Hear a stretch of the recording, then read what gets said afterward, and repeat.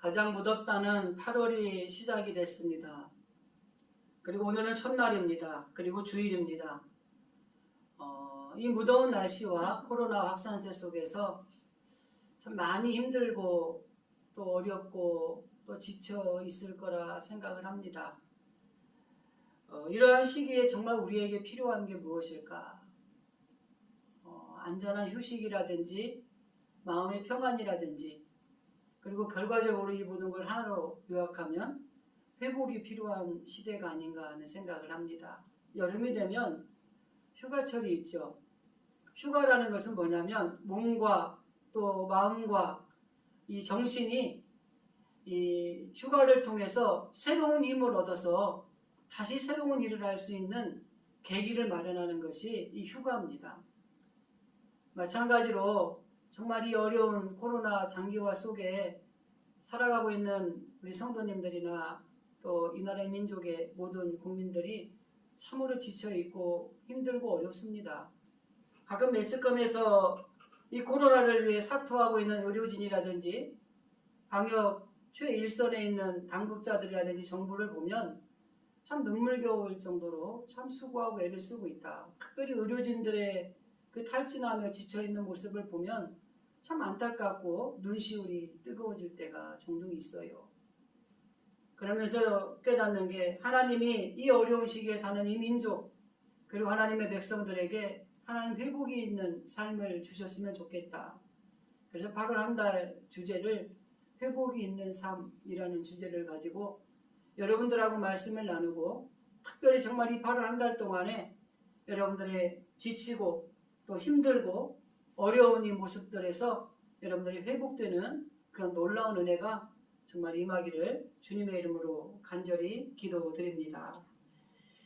그래서 오늘은 특별히 우리가 그리스도인들이 회복되어야 될 것들을 중심으로 말씀을 드릴 건데 가장 중요한 요소 중에 하나라고 하는 예배의 회복에 대한 말씀을 드리고자 합니다. 요즘에 코로나 때문에 교회가 예배를 온전하게 드리지 못하고 있습니다. 우리 교회도 지금 교회에 오셔서 예배를 드려야 되는데 오시지 못하고 가정에서 영상으로 또 비대면 예배로 지금 드리고 있죠. 어떻게 보면은 이 예배를 드리지 못하고 있다고 하는 자체가 굉장히 우리에게는 아픔이죠. 그리고 많은 사람들이 코로나 시대 이후에 예배가 어떻게 될 것인가에 대해서 많은 염려들을 합니다. 아마 코로나 이 시대 이후가 지나면 교회에 나와서 예배드리는 사람들이 많이 줄어들게 될 것이다. 또 성도들을 교회에 오지 않는 성도들이 많이 증가가 되어서 또 잃어버린 양들이 많아지게 될 것이다. 지금 현재 대형 교회를 비롯해서 작은 교회도 마찬가지입니다.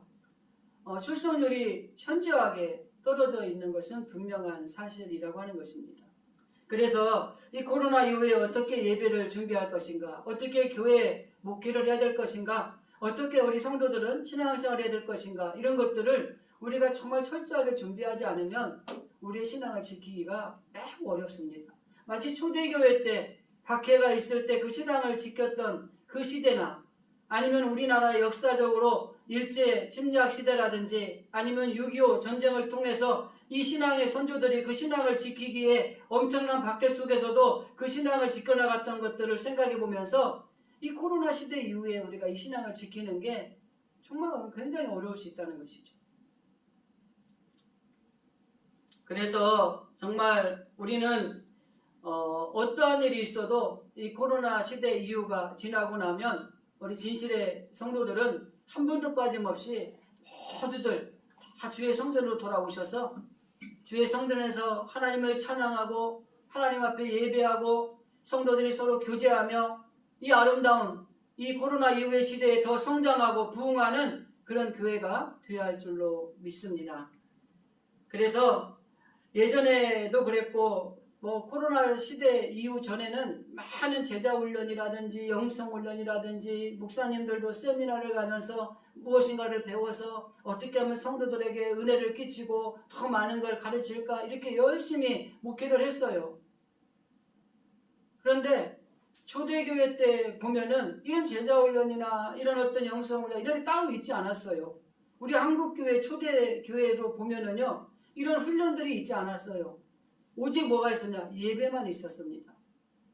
하나님 앞에 예배하는 것만으로도 어떤 박해와 시련을 이겨낼 힘을 얻었고, 어떠한 하나님 앞에 드리는 예배만으로 예수님을 만나는 놀라운 역사가 일어났습니다. 그렇기 때문에 어떤 프로그램이나 수많은 좋은 어떤 제자 훈련이나 영성 훈련 세미나를 통해서 배우는 것보다도 하나님 앞에 예배를 온전하게 드리고, 하나님 앞에 예배를 통해서 온전히 예수님을 만나고, 그 예수님을 만나는 삶을 세상에 나가서 살아감으로 우리는 놀라운 변화가 일어나는 승리자가 될 수 있다고 하는 것입니다. 그래서 우리가 신앙생활을 정말 잘하는 것은 하나님 앞에 예배의 승리자가 되는 것입니다. 그래서 우리가 온전하게 하나님 앞에 예배 드리지 못했다면 정말 우리는 온전하게 하나님 앞에 예배를 드리는 예배의 승리자가 되는 것이 이 시기에 정말 매우 중요한 요소입니다. 그래서 우리가 하나님 앞에 온전한 예배를 드리지 못했다면 이제는 예배 회복이 일어나야 됩니다. 하나님을 온전히 만나는 예배가 드려져야 된다고 하는 것입니다. 사실 성도들에게 있어서 중요한 요소 중에 하나가 뭐냐면 하나님을 만나는 예배입니다. 이사야 선지자가 하나님의 성전에서 기도하다가 하나님의 보좌를 보고는 즉석에서 자신의 죄를 고백합니다. 화로다, 내가 망하게 되었도다. 그러니까 하나님이 나를 위해서 누가 갈고 내가 누구를 보내면 좋을까 이렇게 말씀하시니까 이사야가 즉각적으로 하나님의 음성을 듣고 응답을 합니다. 주여 나를 보내소서. 이렇게 이야기하는 거예요. 한번 하나님을 제대로 만난 놀라운 변화가 이사야를 통해서 일어났다고 하는 것입니다. 이처럼 우리가 인생에서 가장 중요한 것이 있다면 하나님을 온전히 만나는 예배입니다. 물론 제자 훈련을 통해서 많은 것을 알고 있는 지식도 필요합니다. 기도 훈련을 통해서 기도의 영감을 갖는 것도 중요합니다. 복음에 전도하기 위해서 전도의 방법론을 가지고 복음을 전하는 것도 너무 소중합니다. 그러나 정말 중요한 것은 온전하게 하나님 앞에 예배함으로 하나님을 만나는 예배자가 되는 것이 너무 중요하다고 하는 것입니다. 키에르케고르라고 하는 사람이 예배를 두 개로 구분을 합니다. 하나는 예배를 보는 자, 하나는 예배를 드리는 자. 이것을 연극의 관객과 배우로 비유를 하면서 연극의 관객은 연극을 보는 사람들이다. 그러나 그 배우는 연극을 하는 사람, 연극을 드리는 자다. 이렇게 표현을 합니다.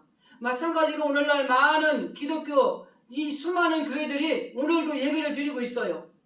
우리 진실교회도 예배를 드리고 있습니다. 물론 주의 성전에 나와서 예배를 드리지 못하는 안타까움이 있어요. 각자의 주어진 가정에서 예배를 드립니다. 그런데 정말 중요한 건 뭡니까? 내가 예배를 드리는 사람인지 예배를 보는 사람인지 구경꾼인지 하나님 앞에 온전하게 예배를 드리는 예배자인지 이게 중요하다고 하는 것입니다. 그래서 예배의 회복을 위해서 우리는 어떤 예배를 드려야 될 것인가 이거를 좀 본론해서 우리가 같이 나누는 은혜의 시간이 되기를 원합니다.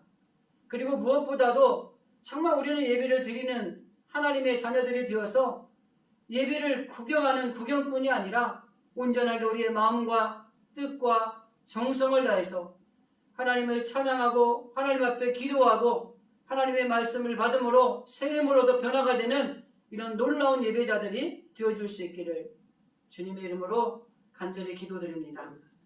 자, 그러면 예배의 회복이 있어야 되는데 이 예배의 회복을 이루기 위해서 우리는 어떤 예배를 드려야 될까? 첫 번째로 생각해 볼 것은 우리가 준비하는 마음으로 드려야 된다고 하는 것입니다. 오늘 우리가 읽은 본문의 말씀 3절에 보면 세월이 지난 후에라는 말씀으로 시작을 합니다. 다시 말씀드리면 예배, 즉 아벨 그리고 가인이 제사를 드리기 전에 예배를 드리기 위해서 많은 시간 동안 준비했다라고 하는 것을 보여주고 있습니다. 실제적으로 하나님께 제사하기 위해서는 오랜 기간 동안 준비해야 하는 것입니다. 곡식을 제물로 드리기 위해서는 그 곡식에 농사하기 위해서 수고하는 일손이 필요합니다. 양을 제물로 드리기 위해서는 그 양을 잘 흠없이 키워서 하나님 앞에 제물로 드리는 그 준비가 필요하다고 하는 것입니다. 그렇기 때문에 우리는 예배를 드리는 이 순간만 중요한 게 아니라 이 예배를 준비하는 주일 아침부터 아니면 그 전 평일부터 시작해서 내가 이 주일을 어떻게 준비하고 어떻게 맞이할 것인가의 마음을 가지고 있느냐에 따라서 우리가 하나님 앞에 온전한 예배를 드리는 회복이 일어날 수 있다고 하는 것입니다.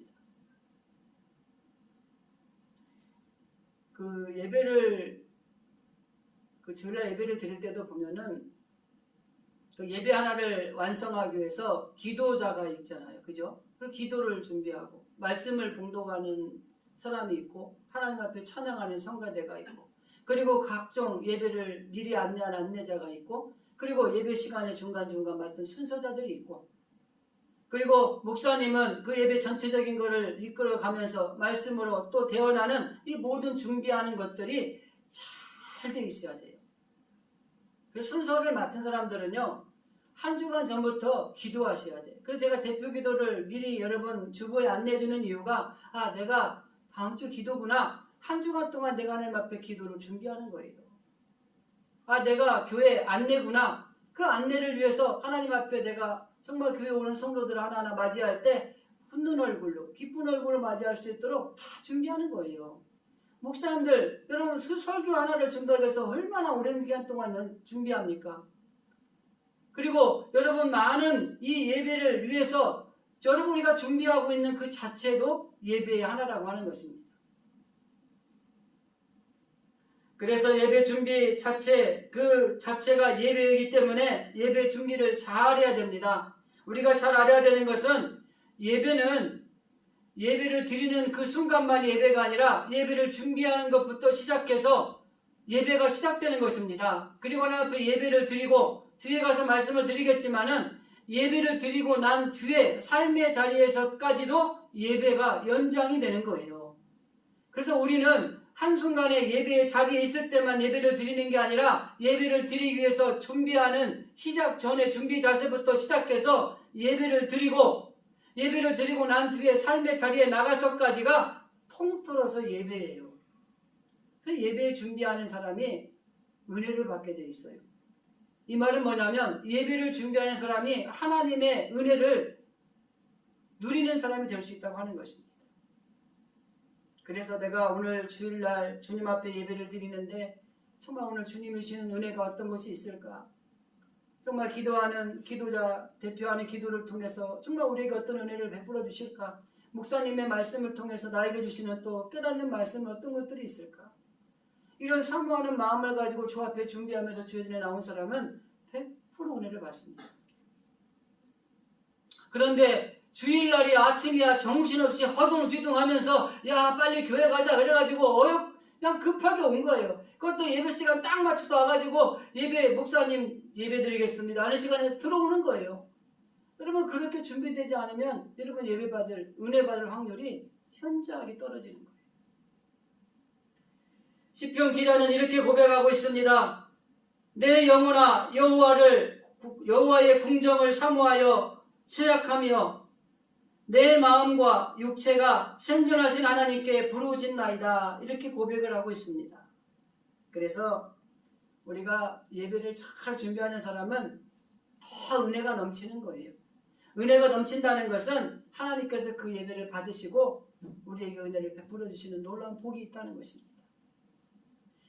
김남준 목사님이 쓴 책 중에 예배의 감격에 빠져라라는 책이 있습니다. 예전에 제가 설교 때 한번 소개를 했는데 오늘 한 번 더 소개를 하도록 하겠습니다. 이 책에서는 그 교인들이, 성도들이 예배를 드리는 모습을 그 형태를 재미있게 풀어놓은 대목이 있어요. 멀거니 그냥 강대상만 쳐다보고 있는 딴생각파, 그리고 주보를 열심히 밑줄을 긋고 주보를 교정까지 보고 있는 이끼파, 예배가 시작함과 동시에 아주 편하게 잠을 자는 수면파, 그리고 수시로 시계를 보면서 시간을 체크하는 시간 전략파, 그리고 옆 사람과 쪽지로 대화하는 여러분 쪽지파가 있어요. 제가 학생회 다닐 때, 예배 드릴 때 이 쪽지파 했었어요. 앞에 눈치 보면서 쪽지 써가지고 이렇게 이야기하고 금괴가 쪽지 써서 주고. 여러분들은 그런 적이 있으신지 모르겠네요. 그리고 예배 후에 있을 회의를 열심히 준비하는 회의파. 예배는 안 드리고 예배 끝나고 들을 회의를 준비하는 거예요. 그리고 예배 시간에 뒤적뒤적 성경을 읽고 있는 독서파. 주위에 아기가 있으면 눈을 맞추고 어르르 깍꿍 하면 유모파. 그리고 설교를 평가하는 시험 채점관파도 있습니다. 그리고 처음부터 팔짱을 낀 채 예배를 구경하는 구경꾼파도 있습니다. 이런 천태만상의 예배를 드리는 사람들의 모습이 있다는 거예요. 여러분, 이런 예배는 올바로 예배를 드리는 태도가 아닙니다. 혹시 여러분 제가 말씀드린 것들 분류 중에 여러분들이 속해 있는 것들이 있습니까? 있다면 회복하셔야 됩니다. 어떤 분은 예배에 오면 하나님의 품에 안겨서 그런지 예배 드릴 때 잠이 잘 온다 그래요. 그거 회복하셔야 돼요. 눈을 부릅뜨고 목사님이 무슨 말씀을 하실지, 대표로 기도하는 장로님은 어떤 기도로 우리에게 은혜를 베푸실지, 또 찬양을 하는 찬양단들의 입술을 통해 드리는 찬양은 어떤 놀라운 또 은혜를 우리에게 베푸실지, 여러분 집중을 하셔야 됩니다. 하나님께서 종교적인 의무로 형식적으로 드리는 예배를 받으시지 않습니다. 교회를 왔어요. 의무적으로 왔어요. 형식적으로 교회 와서 앉아있지만은 예배를 드리는 하나님이 찾으시는 예배자가 아니에요. 딴생각파, 쪽지파, 수면파, 시험 채점관파, 유모파, 여러가지 많은 종류의 형태를 가지고 하나님 앞에 예배를 드리는데 이러한 태도는 잘못된 겁니다. 온전히 내 마음과 뜻과 정성을 하나님께 집중해야 된다고 하는 것입니다. 그래서 혹시라도 저와 여러분 가운데 이런 불의에 속한 사람들이 있다면 이제는 여기에서 형식적으로 의무적으로 드리는 예배에서 회복하고 온전하게 하나님 앞에 집중하고 예배하는 예배자들이 되어야 된다고 하는 것입니다. 하나님께서 이사야 선지자를 통해서 하나님 앞에 나오는 사람들이 온전하게 나오지 못하는 것을 보면서 한탄하듯이 이렇게 이사야 선지자가 말합니다. 1장 12절 이하의 말씀을 보면 너희가 내 앞에 보이러 오니 그것을 누가 너희에게 요구하였느냐. 보이러 오는 것은 하나님 앞에 예배하는 게 아니라는 겁니다. 우리가 주일날 그냥 의무적으로 형식적으로 와서 앉아있는 거, 이건 보이러 온 거예요. 자, 그 다음 읽겠습니다. 내 마당만 밟을 뿐이라. 그저 교회만 왔다 가는 거예요. 하나님을 만나는 게 아니에요. 제가 여러분 예배 시간 기도할 때마다 여러분에게 무슨 기도를 하라고 합니까? 오늘 예배를 통해서 하나님을 만나는 시간이 되게 해주십시오 라고 기도하라고 그래요. 여러분, 예배는 하나님을 만나러 온 겁니다. 그래서 예배 자리에서 하나님을 만나지 못하면 예배 드린 게 아니에요. 하나님 앞에 나왔어요. 출석 체크하러 온 거고요. 그냥 마당만 받고 그냥 지나가는 거예요. 자, 계속 읽겠습니다. 헛된 재물을 다시 가져오지 말라. 분향은 나의 가정이 여기는 바요. 월삭, 안식일, 대회로 모이는 것도 그러하니 성회와 아울러 악을 행하는 것을 내가 견디지 못하겠노라. 하나님 앞에 예배 드리러 와서 온전하게 예배 드리지 않고 준비되지 않은 예배를 드리는 것들을 견디지 못하겠다는 거예요. 하나님이 예배자를 찾으시는 겁니다. 어떤 예배자를 찾으십니까? 하나님 앞에 온전하게 예배하고 하나님께 집중하고 주님 만나기를 고대하고 사모하는 사람, 이런 회복이 일어나셔야 돼요. 마당만 밟고 보이러 와서 오히려 하나님 앞에 드리는 예배에 가정이 여기고 악을 행하면서 재물을 드려도 그 재물이 하나님 앞에 온전하게 드려지지 못한다면 이 예배야말로 형식적인 예배에 지나지 않는다는 것이죠. 이 말씀을 한마디로 요약하면 준비되지 않는 형식적으로 드려진 예배는 하나님이 받으시지 않고 기뻐하지 않는다는 말입니다. 그래서 예배 회복을 이루기 위해서 첫 번째, 여러분 준비된 예배자가 되어야 되는 것입니다. 앞으로 여러분들 한 주간 동안 주일을 기대하면서 주님이 주신 은혜를 사모하면서 여러분들 늘 준비하는 마음으로 이 예배를 준비하시기 바랍니다. 두 번째는 우리가 잘 아는 말씀을 두 개로 나눠서 드리겠습니다. 진정으로 예배를 드려야 됩니다. 여기 진리라는 말과 같은 맥락입니다. 3절에서 5절 말씀을 한 번 더 읽어드릴게요. 가인은 땅의 소산으로 제물을 삼아 여호와께 드렸고 아벨은 자기도 양의 첫 새끼와 그 기쁨으로 드렸더니 여호와께서 아벨의 제물은 연락하셨으나 가인의 제물은 연락하지 아니했다. 자, 이 말은 이겁니다. 두 사람이 하나님 앞에 제사를 드렸어요. 즉 하나님 앞에 나와서 똑같이 예배를 드렸어요. 그런데 한 사람의 예배는 하나님이 받으시고 한 사람의 예배는 받으시지 않았다는 겁니다. 그리고 하나님이 받으신 예배가 아벨의 예배였다. 이렇게 분명하게 성경은 이야기합니다. 이 말씀에서 아벨의 제사는 진리로 드려진 예배였다고 하는 것입니다. 우리들도 지금까지 드리는 예배가 하나님이 받으시는 예배가 아니었다면 회복되어야 된다고 하는 것입니다.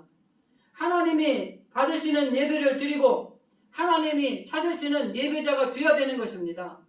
똑같이 와서 예배를 드렸는데 가인의 제사는 받지 않고 아벨의 제사만 받으신 것처럼 하나님이 수많은 성도들이 와서 예배를 드리는데 A라는 성도의 예배는 내가 받고 B라는 성도의 예배는 받지 않겠다라고 한다면 이건 불행이에요. 우리 진실의 성도들을 하나님 앞에 예배를 드릴 때마다 아벨의 예배를 하나님이 연락하셨다라는 이 말씀대로 내가 하나님 앞에 드린 이 예배를 하나님이 받으셨다. 이런 음성을 여러분들이 예배 시간마다 들으셔야 됩니다.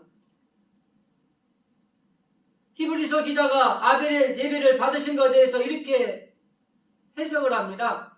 히브리서 11장 4절에 보면 믿음으로 아벨은 가인보다 더 나은 제사를 하나님께 드림으로 의로운 자라 하시는 증거를 얻었느니라. 자, 여기에 보면 왜 아벨의 제사를 받고 가인의 제사를 안 받았느냐?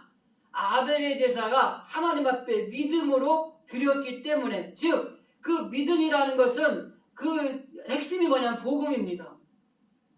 그래서 복음이라고 하는 것은 피의 제사를 통해서 드려지는 예배를 통해서 하나님이 온전하게 받으셨다는 거예요. 자, 그러면 아까 서두에 말씀드릴 때 가인도 이 공모를 드리기 위해서 정말 열심히 농사를 지어서 준비했잖아요. 그죠? 준비는 잘했는데 방법이 틀린 거예요. 곡식을 제물로 드릴 때는 감사제 때는 가능합니다. 구약의 제사에 보면 이걸 좀 이해를 하셔야 돼요. 그런데 이 감사제도 곡식을 드릴 때에도 피의 제사와 곁들여서 드려야 돼요. 여러분 아마 특별한 제물 드릴 때 보면은 양과 이거를 드리고 그리고 또 뭘 감사제로 드리고 이렇게 얘기하는 부분들이 있을 거예요. 그래서 곡식만 드려서는 하나님 앞에 온전하게 드려지는 예배가 제사가 아니에요. 그런데 가인이 먼저 예배를 드렸습니다. 이것을 온전히 하나님 앞에 믿음으로 진리로 드리는 예배가 제사가 되려고 하면 아벨의 제사에 같이 가인의 제사를 드려서 그 피의 제사와 더불어 그 곡식을 함께 드렸어야 되는 것이 맞는 것이라는 겁니다. 그래서 가인의 제사는 피의 제사가 아니었다고 하는 것입니다. 그렇기 때문에 믿음으로 드린 하나님의 피의 제사로 드린 아벨의 제사는 하나님이 연락하셨고 그리고 이 가인의 제사는 연락하지 않으셨다고 하는 것입니다. 여기에서 우리가 한 가지 알아야 되는 것은 우리가 예배를 잘 준비하고 하나님 앞에 예배를 드릴 때에 진리로 하나님 앞에 드리는 예배가 되어져야 된다고 하는 것입니다. 온전하게 드려져야 돼요. 천지를 창조하시고 우주 만물을 주관하시는 우리를 사랑하신 하나님, 그 하나님을 찬양하고 우리의 모든 죄를 구속하신 예수님, 그 예수님을 고백하며 성령 안에서 정말 우리가 교통, 충만, 역사하심이 우리 안에서 넘쳐나는 그런 진리가 있는 예배를 드려야 된다고 하는 것입니다. 그런데 방법이 틀렸다는 거예요. 하나님 앞에 똑같이 준비해서 열심히 준비해서 예배를 드리지만 하나님 앞에 온전한 방법으로 드리지 않으면 그 예배는 잘못된 예배라고 하는 것입니다. 이 부부가 신앙생활하는 분인데 이 부부가 교회를 갔어요. 예배를 잘 드렸습니다. 예배를 드리고 나오면서 이 아내가 남편에게 물어보는 거예요. 여보, 그 아무개 집사님 3000cc 아주 고급차로 바꿨던데 봤어요? 그 남편이 나 못 봤는데.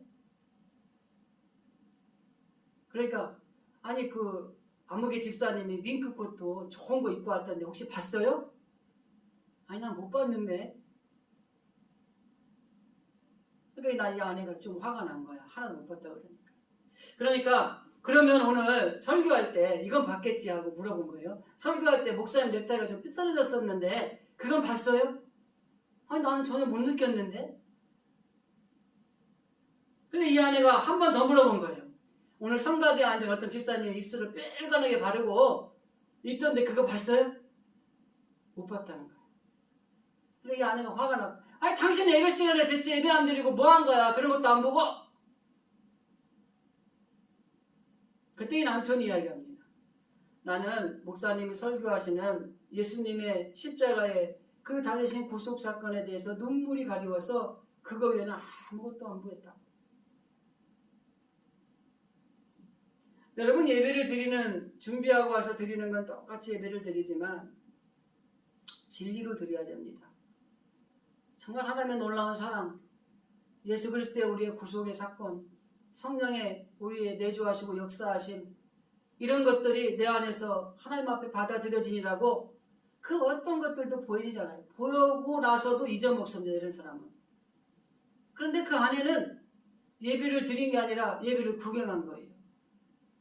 남편은 온전하게 예배를 드린 하나님이 찾으시는 예배자였던 겁니다.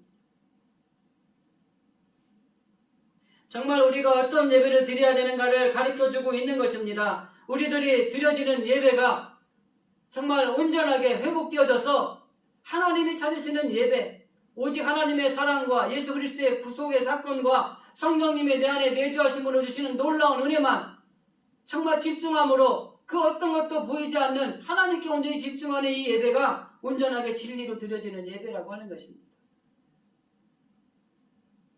세 번째는 성령으로 드리는 예배를 드려야 우리가 예배 회복이 이루어집니다. 5절 말씀을 보면은 가인과 그 재물은 연락하지 아니하신지라. 그리고 난 뒤에 그 뒤에 보면 가인이 심히 분하여 안색이 변했다.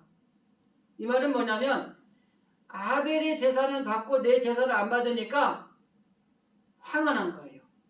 얼굴이 울그락불락한 거예요. 자, 이런 모습을 통해서 여러분 이 아벨의 제사를 드릴 때 이 성령으로 충만한 가운데 예배를 드렸다는 것을 발견할 게 보이시는가요? 아니 오히려 아벨은 예배를 드리고 가인도 예배를 드렸는데 지금 가인의 모습을 보면은 성령의 열배가 나타나는 게 아니라 시기, 분노, 막 미움 이런 것들이 열매로 나타나고 있잖아요. 그러니까 성령으로 예배를 드린 것들을 하나도 발견할 수가 없는 것입니다. 예배를 드리고 나면 여러분 나타나는 증상이 있어야 돼요. 기쁨이 넘쳐야 돼요. 예배를 드리고 나면 마음의 평안이 있어야 돼요. 여러분 예배를 드리고 나면 우리의 삶의 변화가 일어나야 돼요. 이게 예배를 온전히 성령으로 잘 드린 사람에 나타나는 열매입니다. 그런데 이 가인에게는 그런 열매가 없어요. 오히려 시기, 분노 이런 좋지 않은 열매가 맺었다는 것입니다. 그리고 이 5절 이 말씀은 제사가 끝나고 난 뒤에 일어난 사건입니다. 아까 앞에서 제가 언급했지만은 예배라는 것은 예배 시간이 있어요. 그죠? 오늘 지금 우리가 예배 드리고 있지 않습니까? 예배 시간이 있고 예배 드리기 전에 예배를 준비하는 시간이 있어요. 예배를 드리는 걸 중심으로 예배 드리고 난 뒤에 우리의 삶이 있어요. 그래서 예배라고 하는 것은 예배 시간에 드리는 예배도 예배지만 예배를 드리기 전에 예배를 준비하는 것부터 시작을 합니다. 그래서 첫 번째 여러분 우리가 준비하는 예배가 필요하다는 거예요. 그리고 예배를 드릴 때는 진리와 영으로 드릴 수 있어야 돼요. 그리고 예배를 드린 후에는 마지막에 말씀드릴 건데 삶으로 연결드리는 예배가 있어야 되는 것입니다. 근데 오늘 지금 세 번째 성령으로 예배를 드려야 우리가 예배의 회복이 일어나는데 이 가인의 제사는 성령으로 예배를 드린 열매를 찾아볼래야 찾아볼 수가 없는 것입니다. 예수님께서도 요한복음 4장에 보면은 아버지께 참으로 예배하는 자들은 신령과 진정으로 예배할 때가 오나니 곧 이때라. 아버지께서는 이렇게 자기에게 예배하는 자들을 찾으시느니라. 신령과 진정으로 예배하는 자. 여기 신령이라는 것은 성령 안에서라는 말입니다. 진정이라는 말은 진리 안에서라는 말이에요. 아까 두 번째 말씀드린 진리로 예배를 드려야 되는 것이 예배의 회복이 일어나는 겁니다. 그리고 성령 안에서 예배를 드려야만이 우리가 예배의 회복이 일어나는 거예요. 그래서 예배를 드리고 나면 기뻐야 돼요. 마음에 평안이 있어야 돼요. 삶의 변화가 일어나야 됩니다. 이게 예배를 드린 사람들이 맺는 성령의 열매라고 하는 것입니다. 그런데 예배를 끝나고 나가서 밖에 나가자마자 막 걱정하고 염려하고 막 불안하고 이러면 안 되는 거예요. 그랜트 시걸이라는 사람이 기자입니다. 록펠러를 찾아가서 이 인터뷰를 하면서 당신이 이렇게 성공하게 된 비결이 무엇입니까? 이렇게 물었어요. 그랬더니 이 록펠러가, 여러분 잘 아는 이야기 중에 유학을 한 건데, 록펠러가 나는 어머니가 나에게 남겨준 유산이 세 가지가 있는데 그 세 가지를 지켜서 지금의 내가 있습니다. 첫째는 어떤 일이 있어도 하나님 앞에 11조를 잘해라. 두 번째는 예배를 드릴 때에는 항상 맨 앞자리에 가서 예배를 드려라. 세 번째는 교회가 하는 일에 순종하고 목사님을 절대로 마음 아프게 하지 말아라. 이 세 가지를 부모님이 자기에게 유산으로 줬는데 그것을 지키고 살았더니 이렇게 하나님이 나에게 놀라운 은혜를 베풀어 주셔서 이런 복을 주셨다. 이렇게 이야기를 했어요. 록펠러가 이 위대한 신앙인이 되고 세상의 삶에서도 성공했던 한 가지 이유는 뭐예요? 하나님 앞에 온전하게 예배를 드렸기 때문에 가능하다는 겁니다. 여러분, 우리들도 신앙이나 세상에 주어진 삶의 자리에서 여러분들이 정말 복받고 성공하기를 원한다면 하나님 앞에 예배를 온전하게 잘 드리시면 돼요. 예배 하나만 잘 드렸을 뿐인데 이런 놀라운 축복이 록펠러에게 임한 겁니다. 하나님을 섬기는 거 잘했을 뿐인데 이렇게 놀라운 은혜의 복을 받은 거예요. 여러분, 우리가 철저하게 하나님과 교회와 주의 종과 그리고 교회 성도들을 섬기는 일에 최선을 다하고 그 예배를 드렸더니 이런 놀라운 일이 일어났다는 것이 바로 이 록펠러의 비결이라고 하는 겁니다. 우리가 혹여라도 정말 지금 드리는 예배들이 성령으로 온전하게 드리고 있지 못하다면 이제는 예배 회복이 일어나야 됩니다. 자, 마지막으로 정말 예배의 회복을 이룰 수 있는 예배는 삶과 연결이 되는 예배를 드려야 됩니다.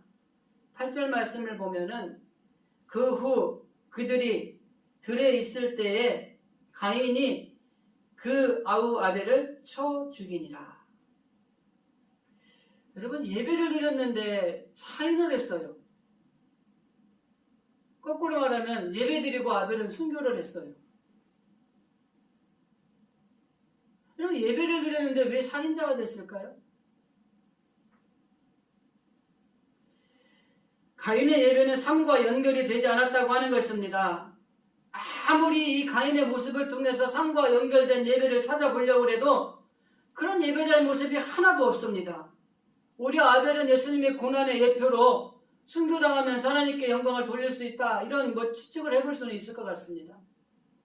그런데 오늘 이 가인의 예배는 정말 예배를 드리고 난 다음에 삶으로 연결되는 예배가 전혀 없다고 하는 것입니다.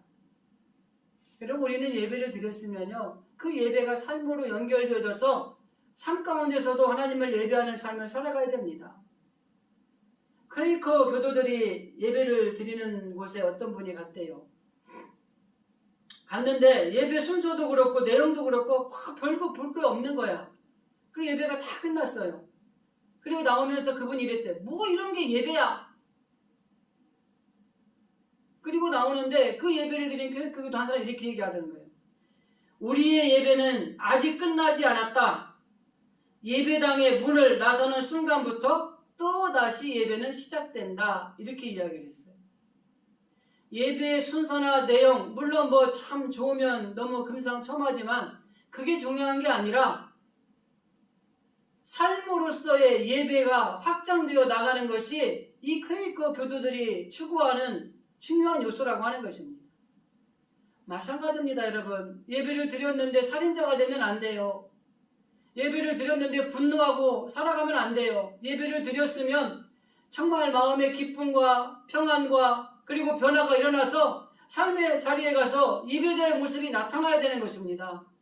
순교자가 되던 헌신자가 되던 어쨌든 이 생활의 삶의 자리에서 예배의 삶의 모습이 나타나야 되는 것이. 그래서 우리 몸으로 실천해서 드리는 삶 속에서 여러분 예배가 살아 숨쉬게 만들어 가야 된다고 하는 것입니다. 이게 산제사, 이게 살아있는 제사라고 하는 것입니다. 이 제사는 마음으로 변화를 받아서 하나님의 선하시고 기뻐하시고 온전한 뜻이 무엇인가를 생각하며 그 안에 충성하는 사람들이 드리는 예배예요. 그래서 은혜를 받고 나가니까 어떻게 하면 하나님의 말씀대로 우리가 실천할까? 정말 어려운 사람들을 보고 그들을 돌아보고 정말 헌신하고 정말 아버지 손해보고 살아가면서 이 예배의 삶이 세상에서 삶의 자리에서 뻗어나가는 것이 더 중요하다고 하는 것을 말씀드리고 있는 겁니다. 그 필리핀 마닐라에 가면은 그 24시간 미사를 드리는 곳이 있어요.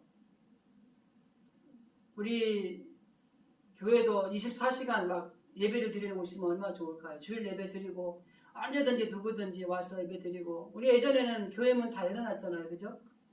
지금 교회 문 열어놓으면 뭐 훔쳐간다고 그냥 탁탁 막 시간장치 다 해놓죠. 근데 예전에 우리 어릴 때만 해도 교회는 다 열려 있었어요. 그래서 언제든지 가서 기도하고 싶으면 기도하고요.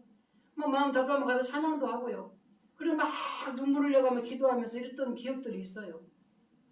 근데 지금은 보면 교회들이 다 문이 닫혀 있어요. 구약의 예배를 보면은 상번제라는 게 있습니다. 이 상번제는 아침과 저녁으로 매일 드리는 거예요, 제사를. 그래서 구약은요, 이 안식일, 절기, 특별한 날 외에도 매일 아침과 저녁 조석간에 하나님 앞에 제단에 불을 올리면서 예배를 드렸어요. 이 우리도 좀 예배가 좀 많아져야 되는데 지금 보면은 예배가 줄어들고 있죠. 특히 코로나 시기에 드리던 예배도 못 드리는 이런 안타까운 일들이 일어나고 있습니다. 그래도 한국교회는 못 받았어요. 그래도 매일 새벽 기도회가 있어가지고 매일 하나님 앞에 예배를 드리는 이런 은혜를 받은 복받은 나라예요. 외국에 있는 목사님들을 만나면 그런 얘기합니다. 나는 한국에서 목회하고 싶어도 새벽 예배 때문에 못하겠다. 내가 새벽 예배만 없으면 그래도 목회를 할 것 같다고. 저는 거꾸로 생각합니다. 한국 교회가 새벽 예배가 있었기 때문에 이렇게 놀랍게 하나님이 복을 주신 거예요. 복 받은 거예요. 새벽을 깨우고 기도해야 돼요. 여러분, 정말 우리가 매일 하나님 앞에 정말 생활 속에서 예배를 드리고, 그리고 여러분이 공예배를 비롯해서 모든 예배 자리에 이제 코로나가 이제 진정이 되고 나면 여러분 할 수 있으면 예배 자리마다 많이 참석하세요. 내용과 질, 신령과 진정으로 드리는 것도 중요하지만 수요도 여러분 필요한 겁니다. 주의 전에 나와서 얼마큼 많이 나와서 주님을 만나느냐 너무 중요한 거예요. 그래서 여러분들 이제 코로나가 회복이 되고 나시면 다 이제 예배 여러분 열심히 참석하십시오. 이 삶 속에서 기도와 찬송 또 우리 말씀의 묵상 얼마나 좋은 시대입니까? 운전하면서 라디오를 틀면은요 찬양이 나와요.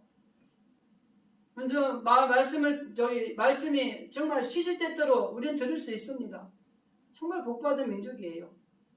여러분 삶 속에서 운전을 하면서도 길을 가면서도 늘 우리가 하나님 앞에 받은 은혜를 가지고 삶 속에서의 예배의 생활을 하는 것이 우리의 예배 회복의 중요한 요소라고 하는 것입니다. 말씀을 정리하겠습니다. 예배의 성공자가 모든 것의 성공자가 됩니다. 우리 모든 희망은 바로 이 예배에 달려있다고 하는 것입니다. 저는 한국교회의 희망도 이 예배에 달려있다고 생각을 합니다. 그래서 우리 믿는 자들이 이 코로나를 위해서 정말 열심히 기도하셔야 돼요.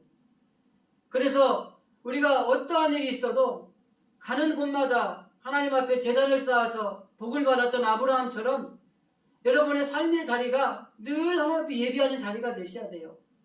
정상적인 예배는 아니더라도 그 안에서 하나님을 만나고 하나님의 주신 은혜를 실천하면서 살아가는 것이 삶으로서 예배를 드리는 것입니다. 오늘 하나님께서 가장 기뻐하시는 예배를 드리는 예배 회복을 위해서 우리는 어떤 예배를 드려야 됩니까? 준비하는 마음으로 예배를 드려야 됩니다. 진리로 드려야 되고 성령으로 드려야 되고 삶과 연결되는 예배를 드려야 되는 것입니다. 바로 이러한 예배를 드리는 삶을 살아감으로 정말 하나님 앞에 예배 회복이 이루어져서 여러분의 삶 가운데 놀라운 축복이 넘치는 그런 은혜가 넘쳐나시기를 주님의 이름으로 간절히 기도드립니다.